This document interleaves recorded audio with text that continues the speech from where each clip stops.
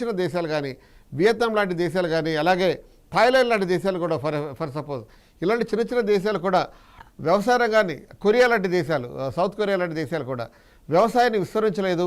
అలాగే ప్రపంచీకరణని పెడదారిని పట్టించలేదు. ఆ దేశాలు స్వయం సమృద్ధి సాధిస్తున్నాయి. మనం ఇప్పుడు ప్రపంచంలో 5వ అతిపెద్ద ఆర్థిక వ్యవస్థగా ఎదుగుతున్నామని చాలా గొప్పగా చెప్పుకుంటున్నాం. కానీ భారతీయుడి సగటు ఆదాయం ఎంత అనే విషయం గురించి ప్రభుత్వాలు మాట్లాడడానికి ఈరోజు సిగ్గుపడుతున్నాయి. మనం కూడా సిగ్గుపడాల్సిన పరిస్థితి.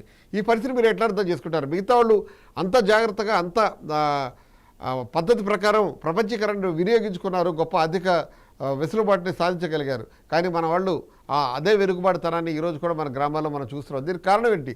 ఇది రాజకీయ పాలసీ మేకర్స్ చేసిన పనా, లేదా మనకున్న బ్యూరోక్రసీ చేసిన పనా, లేదా ఇది భారతీయుల తల రాత? ఎట్లా అర్థం చేసుకోవాలి? అంటే ఇప్పుడు మన కళ్ళ ముందు ఏం జరుగుతుందో, ఈ 99 రూపాయలకి ఇప్పుడు ల్యాండ్లు ఇవ్వటము, ఇప్పుడు ఆ పరిశ్రమలు వస్తున్నాయి, ఉపాధి వస్తాయి, అవన్నీ ఏం మాట్లాడుతున్నారో దానికంటే కొంచెం అటు ఇటుగా అప్పుడు జరిగింది. మీరు చెప్పే ఇప్పుడు ఐటీ విప్లవం వచ్చినప్పుడు, ఐటీ విప్లవం ద్వారా మనం అంతా కూడా ఐటీ కూలీలను తయారు చేయగలిగాం. గతంలో మనం ఏదో బీకామ్ చదువుకుని షార్ట్ హ్యాండ్ టైప్ నేర్చుకున్నట్టు ఇప్పుడు అందరూ కూడా కోడింగ్ నేర్చుకున్నారు. ఆ కోడింగ్ నెట్లో చూసి ఏదో తేలిక పనులు.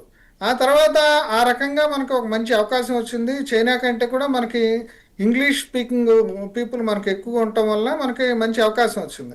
అవకాశం వచ్చినప్పుడు ఏం చేయాలి? ఇప్పుడు మనం అది వచ్చిన డబ్బుతోటి మనం రీసెర్చ్ అండ్ డెవలప్మెంట్, ఎడ్యుకేషను, వీటన్నిటి మీద చేయటం. ఇప్పుడు చైనా చేసింది అదే. ఇప్పుడు చైనా ఇప్పుడు మొత్తం ఐదు ప్రధాన రంగాలు, సోలార్ తీసుకోండి, ఎనర్జీ తీసుకోండి, బయోటెక్నాలజీ తీసుకోండి, 5G తీసుకోండి, ఈవెన్ చిప్ టెక్నాలజీ తీసుకోండి, ఏఐ తీసుకోండి, వీటన్నిటిలో ఎలా ముందుకెళ్ళింది? ఇప్పుడు మన పాలకులు, మన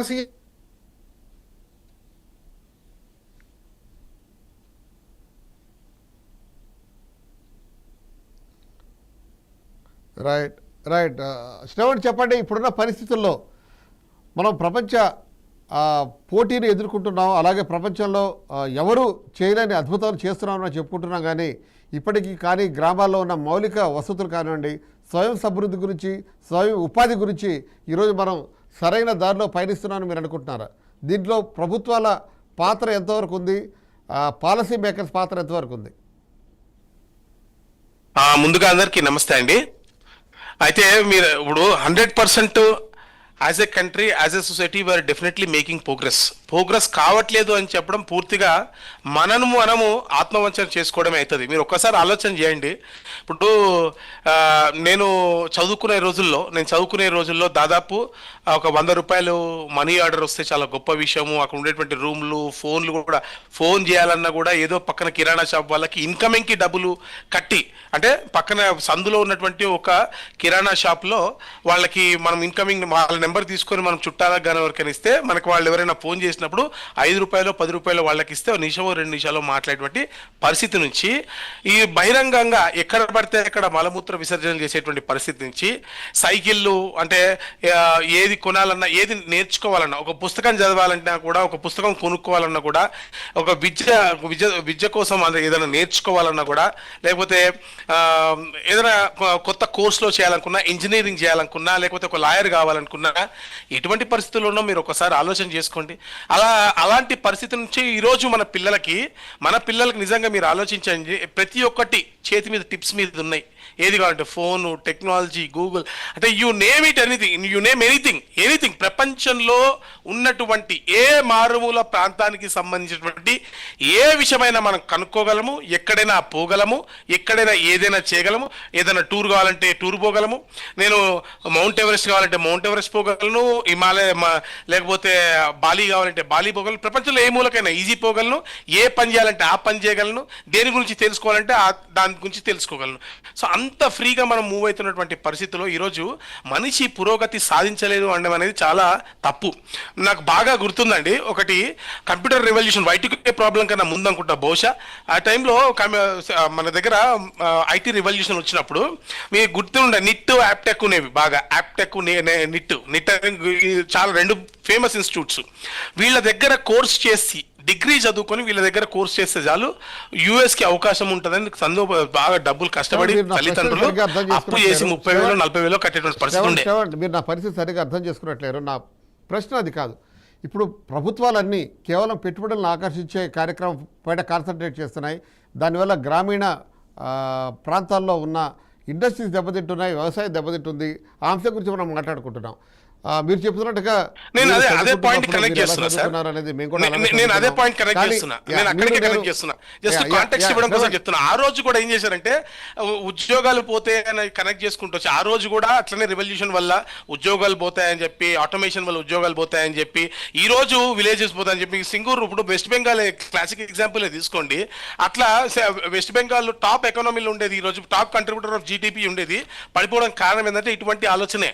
అంటే విలేజెస్లో ఒకవేళ ఎన్విరాన్మెంట్ పాడైపోతుందని చెప్పో, లేకపోతే నేను డెఫినెట్లీ నేను ఏది ఎక్కడ పెట్టాలో, ఏది ఎక్కడ అవసరమో డెఫినెట్గా అవసరం. దానికోసమే మనకి కేంద్ర ప్రభుత్వం అనేకమైనటువంటి సంస్థలను ఏర్పాటు చేసింది. ఒకవేళ ఆ సంస్థలు తప్పు చేస్తే కూడా ప్రశ్నించడానికి మన దగ్గర ఎన్జిఓలు కానీ, సివిల్ సొసైటీ కానీ, లేకపోతే చాలా పెద్ద అవగాహన ఉన్నటువంటి పౌర సమాజం కానీ ఉంది.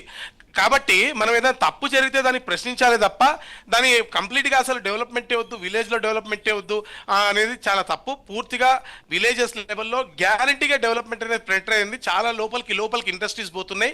ఐటీ నుంచే కాదు, చాలా మ్యానుఫ్యాక్చరింగ్ ఇండస్ట్రీస్ కూడా నెక్స్ట్ కమింగ్. మీరు గుర్తుపెట్టుకోండి sir, mark my words, definitely manufacturing sector in India చాలా విలేజెస్లోకి పెనెక్ట్రేట్ అవుతుంది. అంటే ఏవైతే మీరు ఈరోజు మ్యానుఫ్యాక్చరింగ్ మనం విదేశాల నుంచి తీసుకొస్తున్నామో, లేదా కొంత స్థాయిలో సిటీస్లో మ్యానుఫ్యాక్చరింగ్స్ అవుతున్నాయో, అటువంటి మ్యానుఫ్యాక్చరింగ్ అంతా కాస్ట్ ఎఫెక్టివ్నెస్ కోసము సెకండ్ గ్రేడ్, థర్డ్ గ్రేడ్ సిటీసే కాకుండా విలేజెస్ లోపలికి వెళ్ళిపోయి అక్కడి నుంచి మనం తెచ్చుకొని ఎక్స్పోర్ట్ చేసేటువంటి ఒక ఫెనామినన్ రాబోతుంది.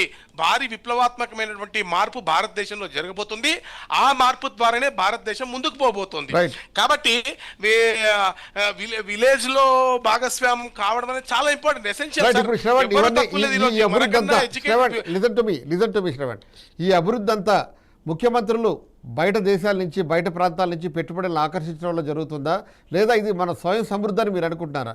మనమే మన డబ్బులతోనే ఈ అభివృద్ధిని సాధిస్తున్నామా? Combination of both. ఇప్పుడు ఏది ఒక్కటి చెప్పినా అబద్ధం అవుతుంది, ఏ ఒక్కటి చెప్పినా కూడా అబద్ధమవుతుంది. పెట్టుబడులు అవసరమే, అట్ ద సేమ్ టైం మనం స్వయం సమృద్ధి అంటే ఏంటంటే, so we should be skilled our self. మనం ఇనఫ్గా స్కిల్ అయి ఉండాలి. ఏదైనా ఇప్పుడు ఇన్వెస్ట్మెంట్ వచ్చినప్పుడు ఆ ఇన్వెస్ట్మెంట్ దేని మీద పెడతారు? ఒక ఇండస్ట్రీ మీద, ఒక మ్యానుఫ్యాక్చరింగ్ సెక్టర్ మీద, ఏదో ఒక ఇన్నోవేటివ్ మెకానిజం పైన, ప్రొడక్షన్ మీద పెడతారు. ఆ పెట్టడానికి కావాల్సినటువంటి స్కిల్స్ ఉండాలంటే మనకి సెల్ఫ్ సఫిషియెంట్ మైండ్ సెట్ ఉండాలి కదా. టెక్నాలజీ ఉండాలి, స్కిల్ సెట్ ఉండాలి, అడాప్షన్ ఉండాలి, plus at the same time investments కూడా ఉండాలి.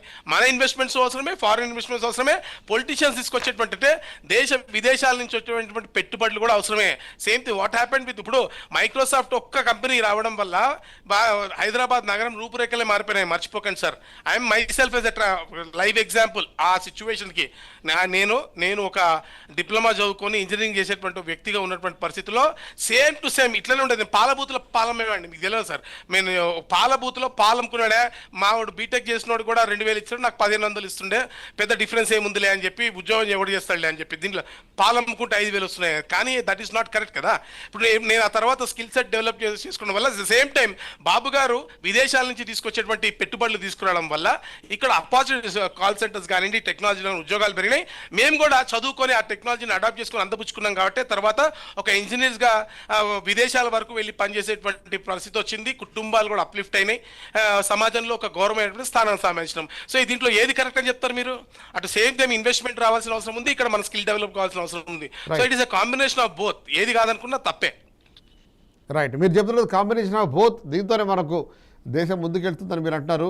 నా ప్రశ్న ఒకటే, రాజకీయ నాయకులు గవర్నెన్స్ కంటే పెట్టుబడుల ఆకర్షణ పైన ఎక్కువగా కాన్సన్ట్రేట్ చేస్తున్నారండి.